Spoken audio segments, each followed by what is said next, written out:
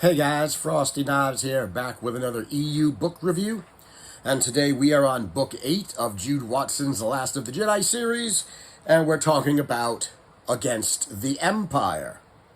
And just because Obi-Wan is on the cover of this book, he's only in it for about 4 pages at the very end. So Ferus has a new mission by the Emperor. He is working with the Inquisitors, specifically working with Inquisitor Hydra, who has taken the place of Inquisitor Malorum, who died a few books back. And his job is to find and locate Force Adepts in the galaxy. Because the Emperor has this brilliant idea that he could take Force Adepts and conscript them into the new Imperial Naval Academy that he has. He can train Force users to be pilots. So that's Ferus's mission.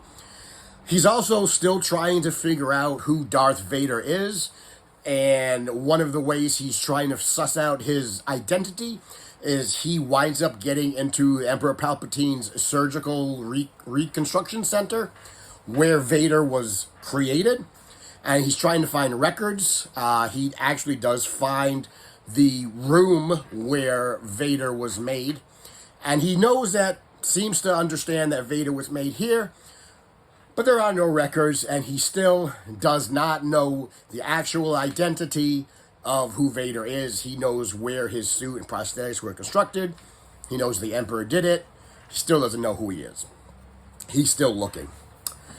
Trevor has gone undercover as an Imperial recruit for the Imperial Naval Academy because he's trying to rescue his friend Lune, who is Bob Davinian's son, who has been taken and kidnapped and enrolled in the academy.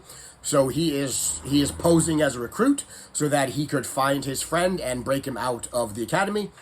He eventually does that, finds him, and does break him out with the help of an Imperial teacher named Massing, who is a disaffected teacher and doesn't want anything more to do with the Empire.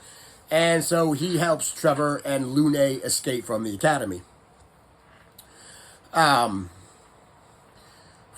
Clive, one of the members of the Erased, as they're trying to organize their planet-by-planet resistance, and they have been working with Flame, who has been helping them both logistically and with money and with material and with people and with places.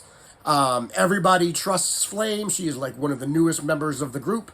Has been around for a couple of books, and everybody trusts her. She has a long history of helping people out. But somehow Clive there's something about her that he feels off about. Nobody there in the resistance movement distrusts her. She's done nothing wrong that he can pinpoint. There's nothing wrong in her past. She's been very helpful all through this resistance career.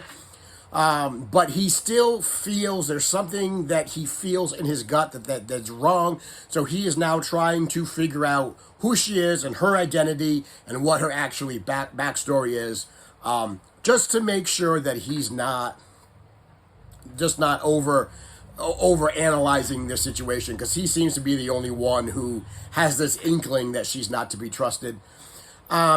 She's most likely an Imperial plant. We'll put that out there. It's probably pretty obvious that if she's not an Imperial plant, then she's feeding them information. I'm going to go ahead and say that. And then the book ends with Ferus talking to Obi-Wan about the list of Force Adepts that he's gotten from the Emperor that he needs to investigate. There are 3 of them. There is a teacher, there is a bounty hunter, and there is a baby child on Alderaan. And these are the 3 that he has to investigate, and he immediately dismisses the baby child on Alderaan because he's like, well, that's got to be a coincidence. It's a baby. It's a little child. Can't possibly be Force sensitive. I mean, baby. And so he tells Obi-Wan that he's going to go either investigate the teacher or the bounty hunter because he dismisses the Alderaan report, and Obi-Wan is like, oh, no, wait a minute.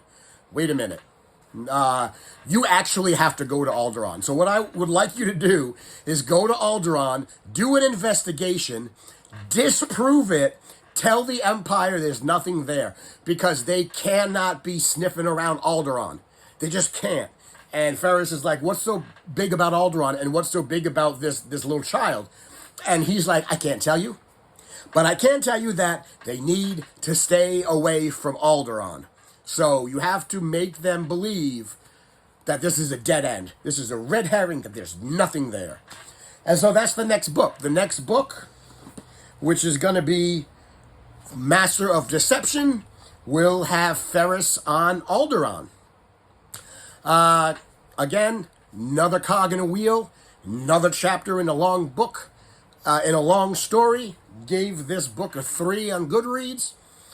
Let me know what you think. And if you like the video, give me a thumbs up, give me a subscribe, give me a share around. Tell your friends, tell your enemies, tell the people that you think are no big deal, but actually really big deals. And as always, thank you for coming to my TED Talk. And I will see you in the next video.